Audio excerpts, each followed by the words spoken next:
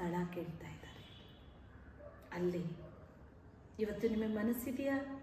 ಕರ್ತನೆ, ನನ್ನ ಹೃದಯದಲ್ಲಿ ನೀನು ಜನಿಸಪ್ಪ.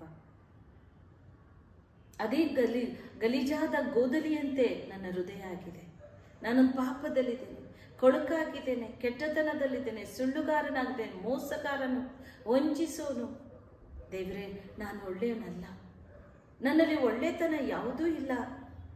ಇಂಥ ಪಾಪಿಯನ್ನು ನೀನು ಪ್ರೀತಿಸ್ತಾ ಇದೆಯಾ? ದೇವರೇ, ನನ್ನ ಹೃದಯಕ್ಕೆ ಬಂದು ನನ್ನನ್ನು ಶುದ್ಧಿ ಮಾಡು.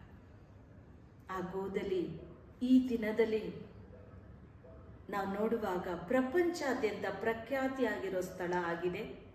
ಅನೇಕ ಜನರು ಆ ಸ್ಥಳಕ್ಕೆ ಹೋಗಿ ನೋಡಿ ಕ್ರಿಸ್ತನಲ್ಲಿ ಜನಿಸದನ್ನು ಆತನಿಗೆ ಅಡ್ಡ ಬಿದ್ದು ಬರ್ತಾ ಇದ್ದೀವಿ. ಯೆರೂಸಲೇಮ್,